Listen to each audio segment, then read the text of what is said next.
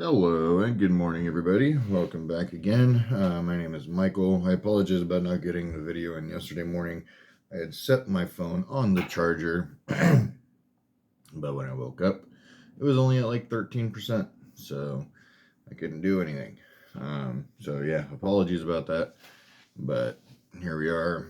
I just need a new charger cord. It's been happening frequently and more frequently, but yeah.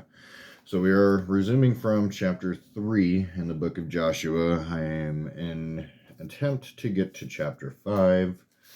May only get to chapter 4, but chapter 5 is fairly short, so we'll see. Depends on how long it takes, because I still got to get ready for work.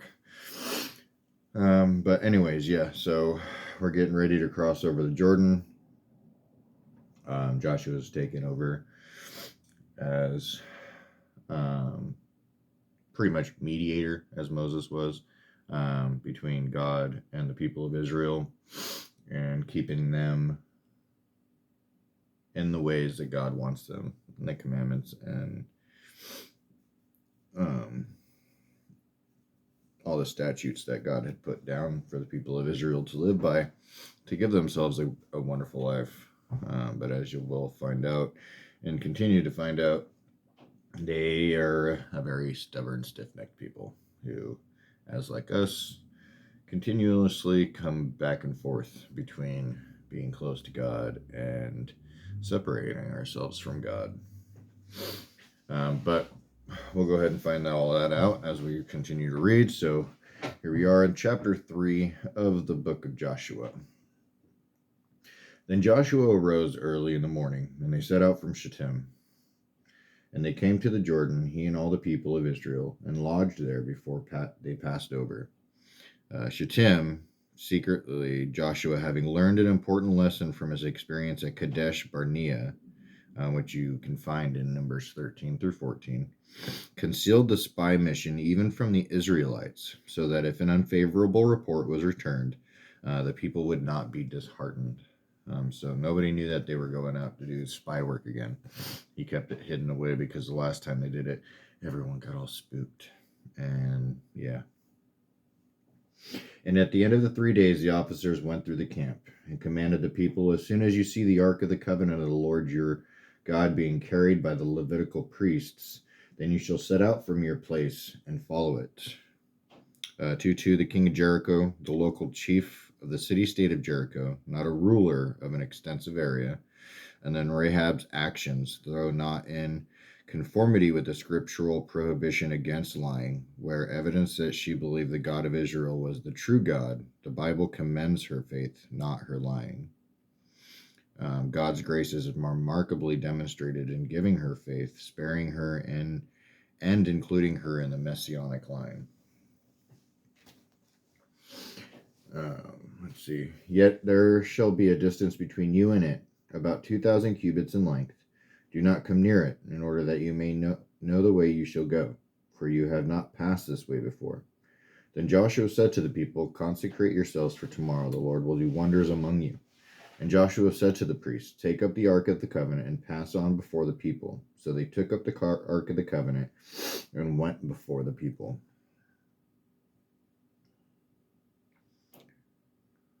Stalks or flax, 3 or 4 foot stems previously soaked in water, laid out on the flat roof to dry.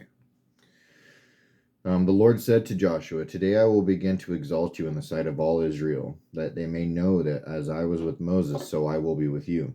And as for you, command the priests who bear the ark of the covenant.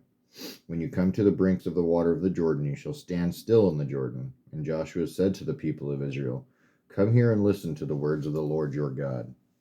And Joshua said, here is how you shall know that the living God is among you, and that he will without fail drive out from before you the Canaanites, the Hittites, the Hivites, the Perizzites, the Girgashites, the Amorites, and the Jebusites.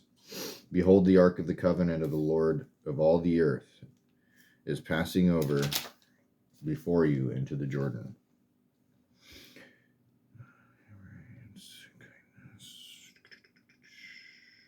12. Okay. Now therefore take 12 men from the tribes of Israel, from each tribe a man. And when the soles of the feet of the priests bearing the ark of the Lord of all the earth, shall rest in the waters of the waters of the Jordan shall be cut off from flowing, and the waters coming down from above shall stand in one heap. Let's see here, 2:12.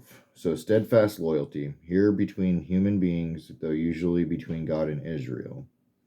Kindness, or in the Hebrew it's hesed. Let's see here. So when the people set out from their tents to pass over the Jordan with the priests bearing the ark of the covenant before the people, and as soon as those bearing the ark had come as far as the Jordan, and the feet of the priests bearing the ark were dipped in the brink of the water, now the Jordan overflows all its banks throughout the time of harvest. So the river is very, very big right now. The waters coming down from above stood and rose up in a heap very far away, at Adam, the city that is beside Zarethan, and those flowing down toward the sea of the Araba, the salt sea, were completely cut off, and the people passed over opposite Jericho. Now the priest bearing the ark of the covenant of the Lord stood firmly on dry ground in the midst of the Jordan, and all Israel was passing over on dry ground until the nation finished passing over the Jordan. The meaning in this, may we die instead of you if we fail to keep your... Oh, no, wait. So all of these keynotes that I've been reading, I was wondering why they weren't making sense necessarily. It's because I'm reading from chapter 2. So we're going to just catch up on these keynotes real quick. So 3:3. Normally the Kohathites carried the ark, but on this extraordinary occasion, the Levites, who were priests, carried it. And then 3:4, the people were to be spread around at the distance of 3,000 feet from the ark so that all could see it and be guided by it. The destruction of the Canaanites from 3:10 was to punish them for their gross wickedness and to prevent Israel from being infected by their evil religions. 3:15, as we just was reading, harvest, April, to funnel 2 million people over the dry river bottom. The river being at flood stage during the daylight of only one day was a stupendous miracle that only God could have accomplished. And in 3:16, the last one that we just read, the waters on the Jordan were dammed up at the city of Adam, 18 miles upriver from where the Israelites crossed. In addition, the streams that flowed into the Jordan south of Adam were also stopped. Although it is true that that a landslide could have stopped the Jordan, it could not have blocked the other streams. Certainly not immediately, nor would it have allowed the river to begin to flow again immediately, nor permitted the people to walk on dry ground. Okay, now that we're all caught up in the correct area here, continue with chapter 4. So the chapter 4, 12 memorial stones from the Jordan. When all the nation had finished passing over the Jordan, the Lord said to Joshua, "Take 12 men from the people, from each tribe a man, and command them, saying, Take 12 stones from here out of the midst of the Jordan, from the very place where the priest's feet stood firmly, and bring them over with you and lay them down in the place where you lodged tonight." Then Joshua called the 12 men from the people of Israel, whom he had appointed, a man from each tribe. And Joshua said to them, Pass on before the ark of the Lord your God into the midst of the Jordan, and take up each of you a stone upon his shoulder, according to the number of the tribes of the people of Israel, that this may be a sign among you. When your children ask in time to come, What do those stones mean to you? Then you shall say to them that the waters of the Jordan were cut off before the ark of the covenant of the Lord. When it passed over the Jordan, the waters of the Jordan were cut off. So these stones shall be to the people of Israel a memorial forever. And the people of Israel did just as Joshua commanded, and took up 12 stones out of the midst of the Jordan, according to the number of the tribes of the people of Israel, just as the Lord told Joshua, and they carried them over with them to the place where they lodged, and laid them down there. So the 12 men previously chosen returned to where the priests were standing to retrieve 12 stones with which to erect a memorial at Gilgal. And Joshua set up 12 stones in the midst of the Jordan, in the place where the feet of the priests bearing the ark of the covenant had stood, and they are there to this day. For the priests bearing the ark stood in the midst of the Jordan until everything was finished about the Lord commanded Joshua to tell the people, according to all that Moses had commanded Joshua. A second memorial of 12 stones was placed in the Jordan itself. This was less than half the total number of fighting men. I did not read this part yet. So, resuming from verse 12, the sons of Reuben and the sons of Gad and the half tribe of Manasseh passed over armed before the people of Israel, as Moses had told them, about 40,000 ready for war, passed over the Lord for battle to the plains of Jericho. On that day the Lord exalted Joshua in the sight of all Israel, and they stood in awe of him, just as they stood in awe of Moses all the days of his life. This was less than half the total number of fighting men in these tribes, the others remaining on the east side of the Jordan to protect their lands and families. The 40,000 men led the crossing. All right. And the Lord said to Joshua, resuming from verse 15, command the priests bearing the ark of the testimony to come up out of the Jordan. So Joshua commanded the priests, come up out of the Jordan.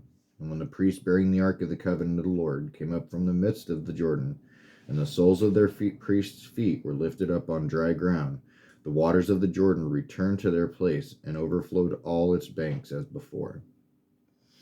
So Gilgal was about 1.25 miles from Jericho. The Israelites arrived just in time to select the Passover lamb, 40 years after the former generation had left Egypt.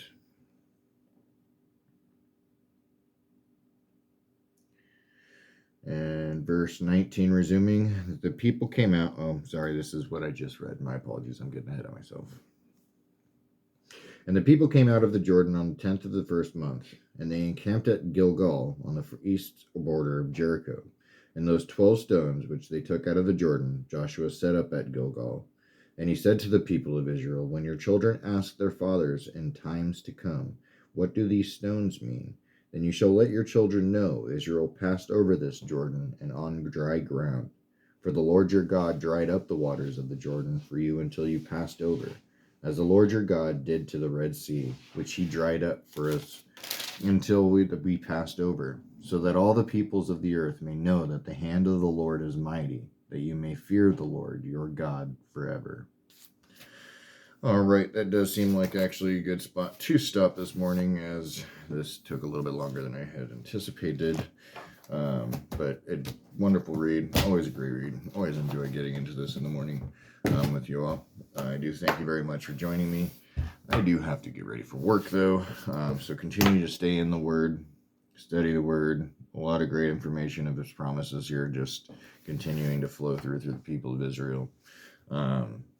So continue to stay tuned.